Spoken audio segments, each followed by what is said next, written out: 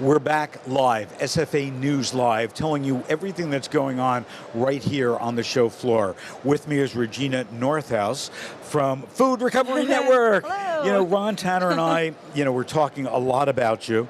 Glad we were able to get you up here. You've got a challenge. You've got to get 50,000 plus. And Ron put out a challenge to all the exhibitors.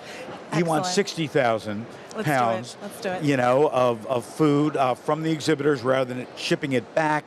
He told the story of how you started at the University of Maryland. What we also want to do is make sure that all the exhibitors know that the bottom line is that what you can do if you didn't sign up for this before, you see somebody in one of these t-shirts walking around starting to collect food, stop them and get stickers from them so that you can add to the 54,000 pounds of food that have already been committed, number one. We want to reach 60,000 pounds.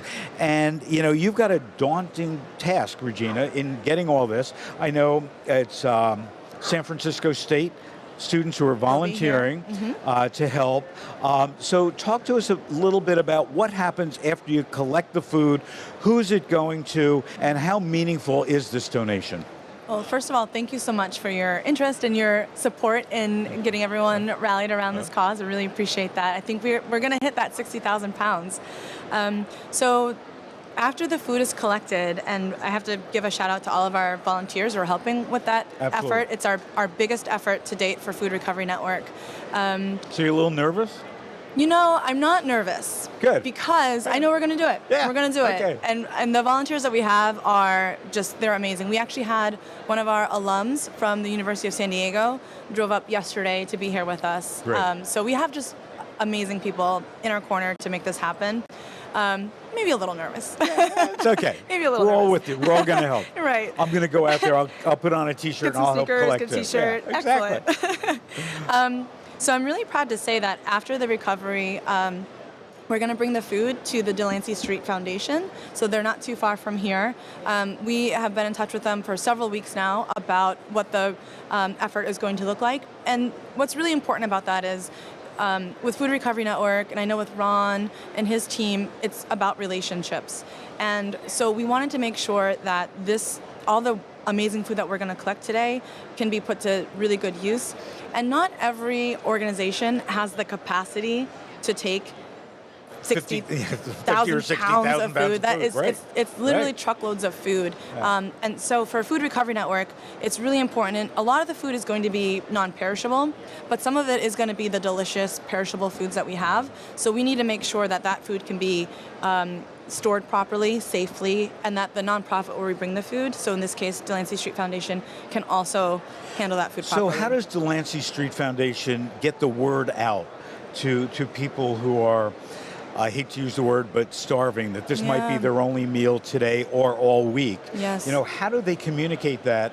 And what's the process? I mean, are we going to see, and I don't want to be melodramatic, but are we going to see 10,000 people lined up to get food? That's a really good question. So what they're going to do is basically fold the food that we're able to provide to them into their efforts already. And with Delancey Street and with a lot of our nonprofits, they actually do any number of things. So sometimes they will actually take the food that we have. So we'll have lots of sample packs of different foods like the pastas and the canned vegetables, whatever it might be. And they will actually open up that food and make a meal from it. Ah, okay. So a lot of our partner agencies, they do that. They'll actually take the pasta, you take the vegetables, you take the sauce, and voila. And then everyone comes and has their regular meal. Okay. And then any number of our other nonprofits, what they'll do is they'll actually redistribute that food. So they'll make little baskets or bags for people to take with them that they can then prepare in their own homes.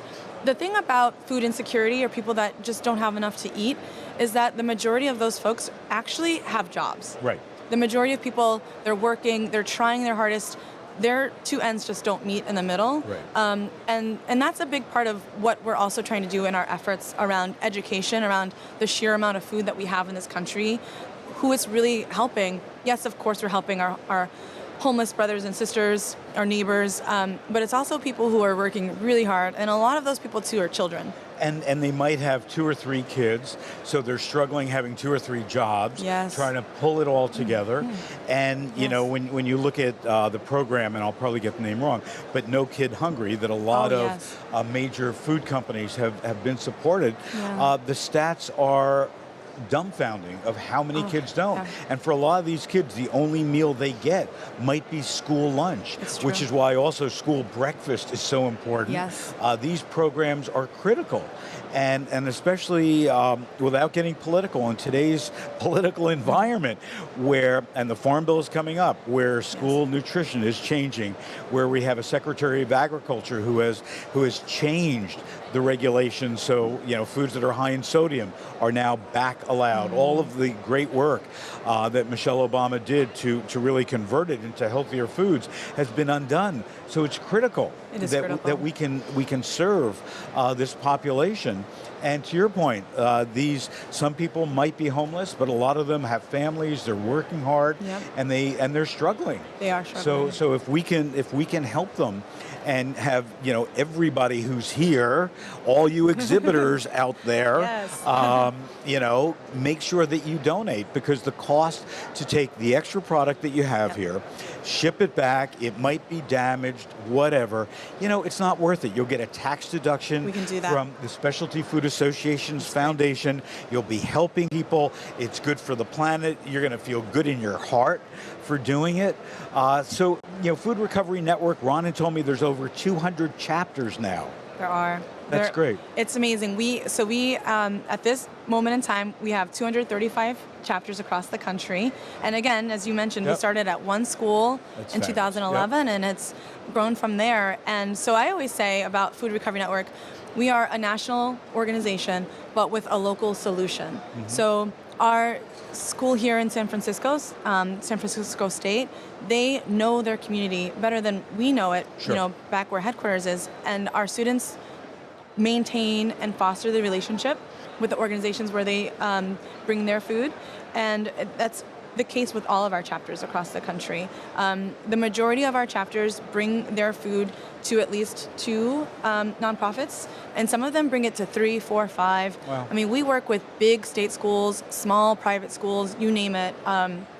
The movement is so diverse, and what unites us all the things that you just said. The care that people shouldn't go hungry, and we have the time to distribute this food and get it to where it needs to go. 1 carload of food, and in this case, a couple truckloads of food at a time. So how many people, with 60,000 pounds of food, how many people do you think we're going to be able to feed? Oh my gosh. So that will translate into about a little less than 50,000 meals. Wow. So the equation is a meal, typically they say, is about 1.1 pounds of food. Okay. So we're going to be able to feed tens of thousands of people. 50,000 people. That's because of fabulous. today. That's fabulous. It's really Well, incredible. Congratulations. Keep Thank up the you good so much, work. Will. It's so Keep nice up the good talking with work. you. Thank you. And I'll come by and I'll get a T-shirt so I can help absolutely. rally the troops. That sounds perfect. And Ron Tanner's got to do it too. Yes. We're both going to get T-shirts. He's gonna do it. We're going to both help. So thanks so much. Thank you. We're going to take a break. We're live, SFA News Live on the show floor here at Moscone Center.